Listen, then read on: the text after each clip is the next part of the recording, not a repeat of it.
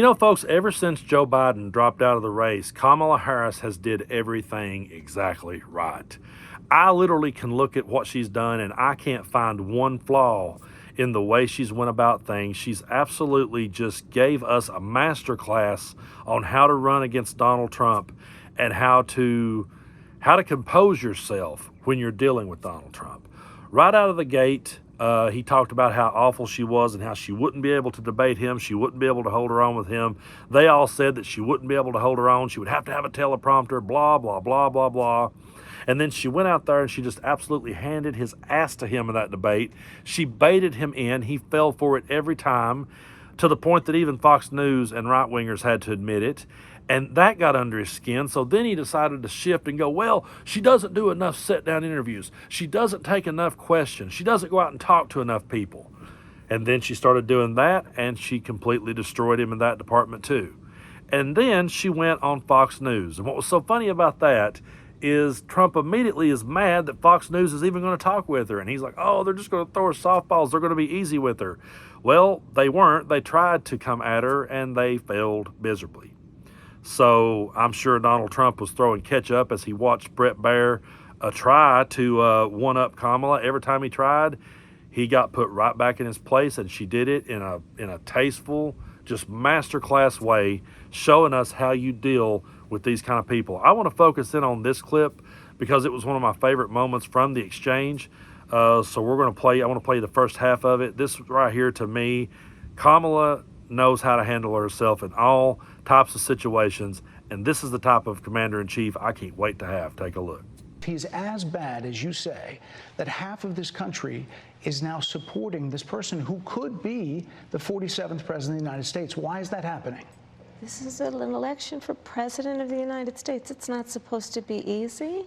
I know, but it's not supposed to be. It is not supposed to be a cakewalk. So are they misguided, the 50%? Listen, are they stupid? What is it? I would never say that about the American people. And in fact, if you listen to Donald Trump, if you watch any of his rallies, he's the one who tends to demean and belittle and diminish the American people. He's the one who talks about an enemy within, an enemy within, talking about the American people, suggesting he would turn the American military on the American people. You know, let's be fair about this. If Kamala Harris had have looked at Brett Baier and said, yes, MAGA is some of the most stupid people that God ever let grace this earth.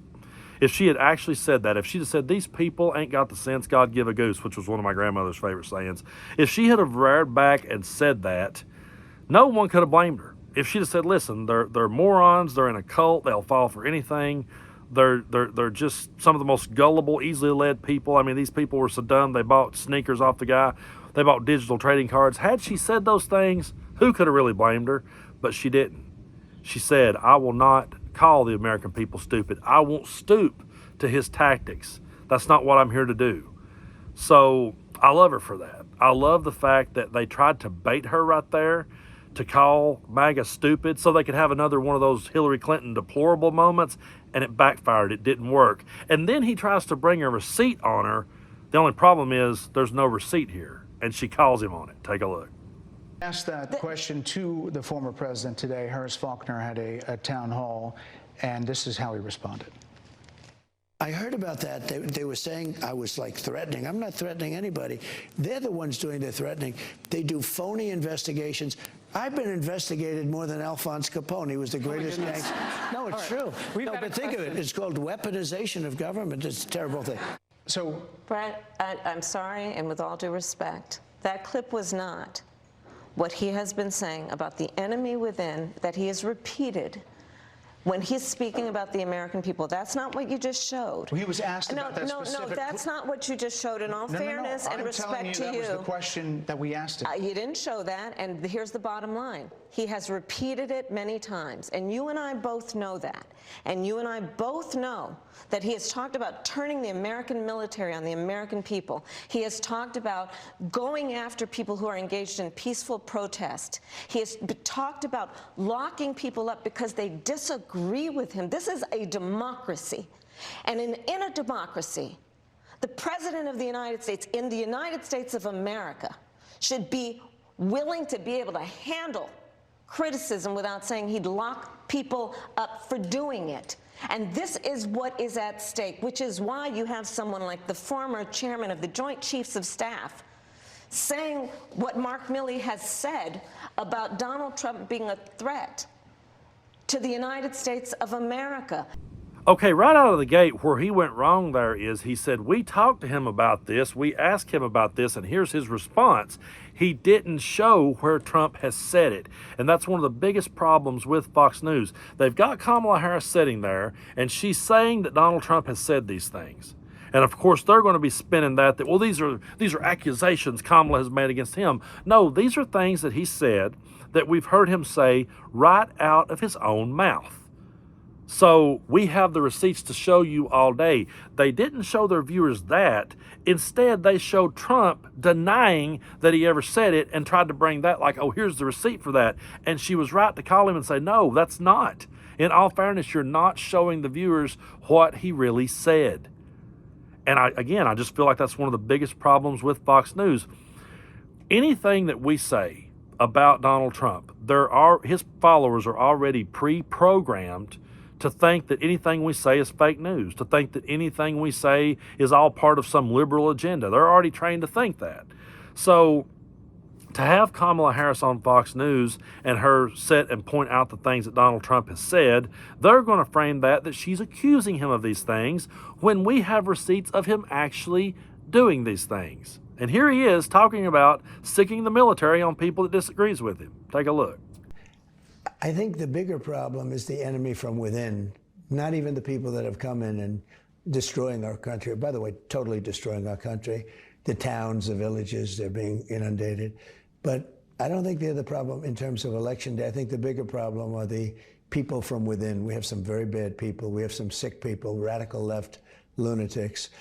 And I think they're and it should be very easily handled by, if necessary, by National Guard, or if really necessary, by the military, because they can't let that happen. See, that's the kind of clip that Fox News should play.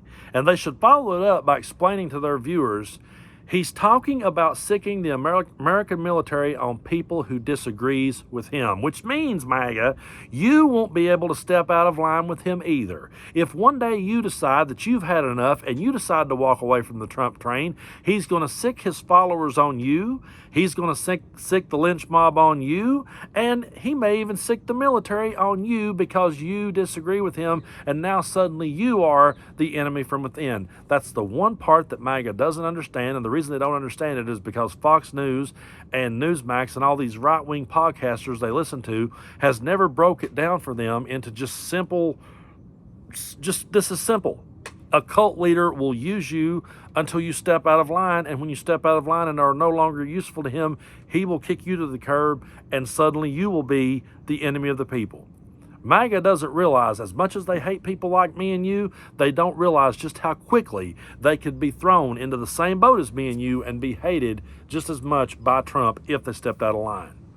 I don't want to live under a president like that. I know that when Kamala Harris and Tim Walz are elected president and vice president, I know that if I disagree with a decision they make or a bill they pass or something they say or do in this world, I know I can say so, and Kamala's not going to have the military tapping on my door.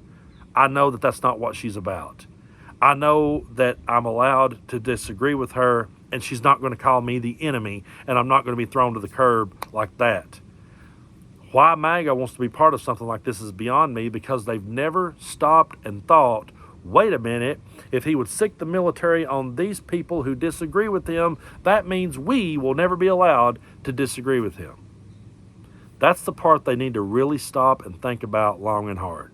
But Kamala did everything right in that interview, just like she's done everything right every step of the way. She has baited Donald Trump, she has baited Fox News, and they walk right into her punches, and it's so brilliant to watch. It reminds me of the old Ali Frazier 3. If you go watch The Thrill of Manila, Ali just kind of dangled his jab in front of Frazier's face. He didn't throw it. He just kind of dangled it there. And Frazier would get irritated at it being there and would swat it with his right hand. And when he swatted it with his right hand, he left himself open, and Ali jabbed him, beat the hell out of him all night. And that's what we're seeing here. They cannot resist swatting at her jabs, and they're getting tagged, and I'm loving watching it. But I really appreciate you guys for tuning in every day here on the channel and supporting what it is that I do. If you haven't already, be sure to hit that subscribe button. I appreciate your all support, and you guys have a great rest of your day.